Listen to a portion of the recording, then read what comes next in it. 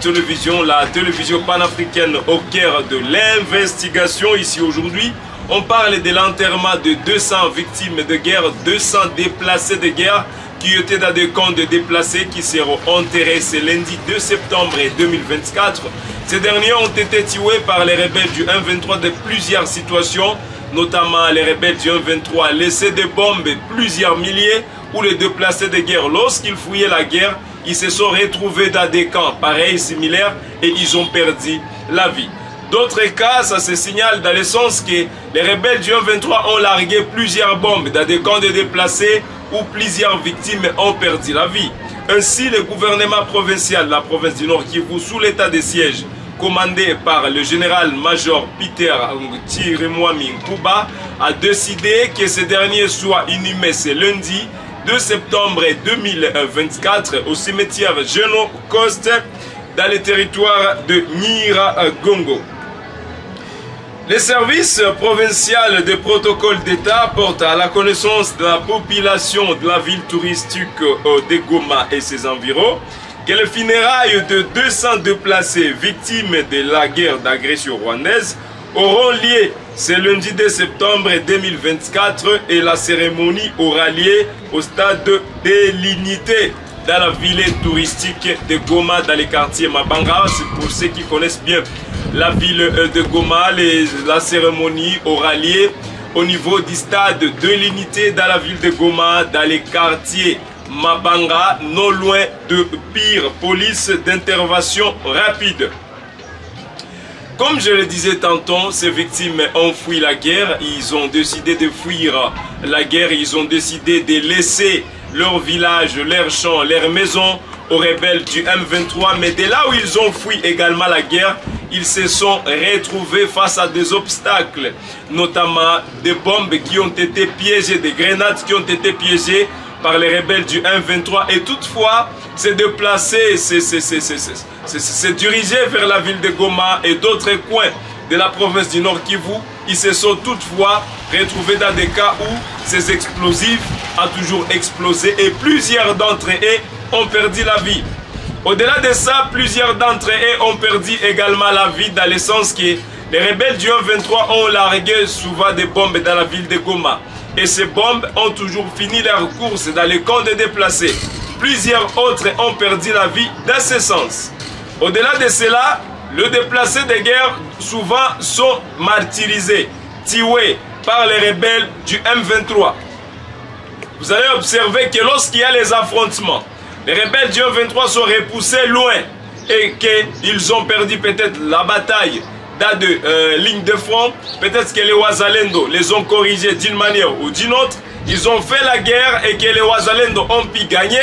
Alors, les rebelles du 1-23, quant à eux, ils ne pensent pas faire la guerre d'une manière proprement dite avec le jeune résistant Wazalendo, soit les forces armées de la République démocratique du Congo.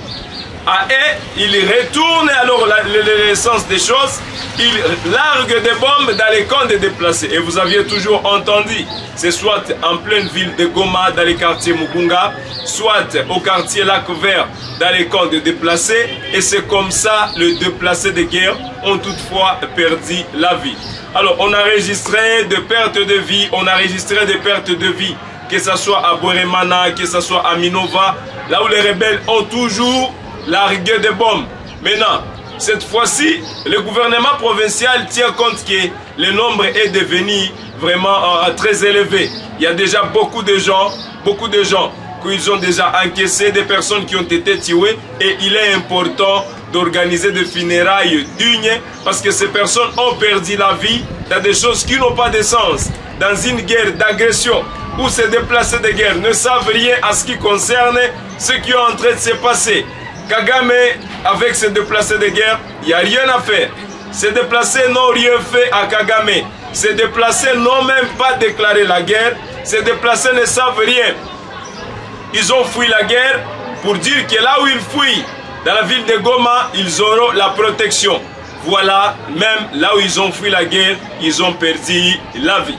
Ainsi, 200 personnes seront enterrées ce lundi 2 septembre 2024 au cimetière Génocoste, là où on enterre les victimes de la guerre d'agression rwandaise, c'est dans les territoires de Nyiragongo. Nous nous sommes déplacés jusqu'à l'est de la République démocratique du Congo pour assister à cette cérémonie qui aura lieu dans la ville touristique de Goma. 12 millions de personnes et les personnes continuent à être enregistrées. Selon plusieurs experts, selon plusieurs rapports, déjà 12 millions de personnes ont perdu la vie dans cette guerre d'agression rwandaise. Des personnes qui ne savent rien, des personnes qui ne savent rien.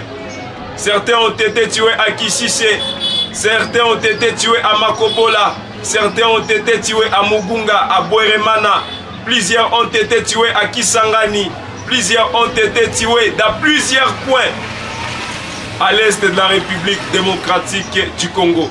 Que ce soit l'Ouganda, que ce soit le Rwanda, en complicité contre la République démocratique du Congo, plusieurs enfants de ce pays, dans l'est de la République démocratique du Congo, ont perdu la vie dans ce sens. Plusieurs experts se demandent également pourquoi est-ce que la communauté internationale reste silencieuse face à cette situation. Pourquoi les Occidentaux ne parlent rien? Pourquoi il n'y a pas de sanctions contre l'agresseur? Il y a des morts qu'on tue chaque jour. Il y a des personnes qu'on continue à tuer. Mais il faut silence, bouche bée, comme si rien n'était. Les personnes, c'est un nombre élevé, plus que ceux-là qui ont perdu la vie au Rwanda en 1994. Mais déjà au Rwanda, on a reconnu cela, génocide. Mais en République démocratique du Congo, ils ont du mal à reconnaître cela. 200 personnes seront inhumées ce lundi. 200 personnes seront enterrées ce lundi. Et dès l'Afrique Télévision, il sera pour un direct, enfin, que vous puissiez vous-même voir ce qui va se passer. Nous allons essayer de parler avec les familles de victimes pour savoir plus comment ça s'est déroulé, comment ils ont perdu les leurs, comment ça se passe dans l'est du pays. La guerre d'agression rwandaise, jusqu'à quand cette guerre persistera-t-il? Jusqu'à quand les déplacés de guerre vont pouvoir fuir? Ils fuient la guerre, mais la guerre les retrouve dès là où ils ont fui. Ils fuient la mort, mais la guerre les retrouve dès là où ils ont fui. Alors, avec cela, on se demande toujours quand est-ce que cela pourra prendre fin. On parle de la ville de Goma, mesdames et messieurs, l'infiltration dans la ville de Goma. Vous l'aviez sûrement entendu un certain temps. Le maire de ville, le maire de la ville de Goma, le commissaire Faustin Kapen, a fait savoir un jour qu'il y avait déjà des motards venus du Rwanda qui avaient déjà infiltré la ville de Goma. Au-delà de ça, c'était hier, il a fait savoir que la ville de Goma est de nouveau infiltrée par des personnes représentées chaque jour par le maire de la ville de Goma. Il y a quelques jours ici, on nous a présenté des personnes qui volaient les cassitérites et les coltons, des personnes venues du Rwanda, des personnes au service de Paul Kagame. D'entre eux, il y avait des Rwandais et d'entre eux, il y avait des Congolais. C'est-à-dire des Congolais qui travaillent en connivence avec l'ennemi. L'autre fois, on nous avait présenté des femmes venues du Rwanda. Ces femmes, ils sont utilisées par le pouvoir de Kagame pour venir transplanter le VIH au sein des Congolais. Ils sont envoyés et ils sont toujours détectés par nos services de sécurité et de renseignement. De nouveau, le maire de ville fait savoir que la ville de Goma est infiltrée. Lisons ensemble ce qu'il a fait savoir.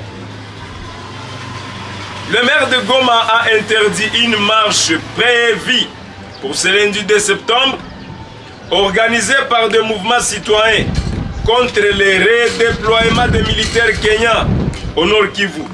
Le maire a déclaré que la ville de Goma est infiltrée et que certains animateurs des mouvements citoyens jouent les jeux de l'ennemi dans la ville touristique de Goma.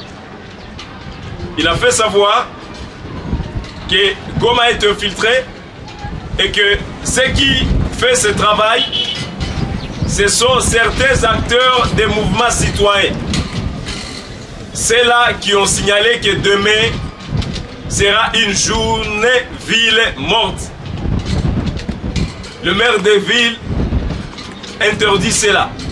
Les mouvements citoyens de leur part, ils disent quoi qu'il arrive, cela doit se faire. Et comme il bras de fer, la population, c'est une autre question.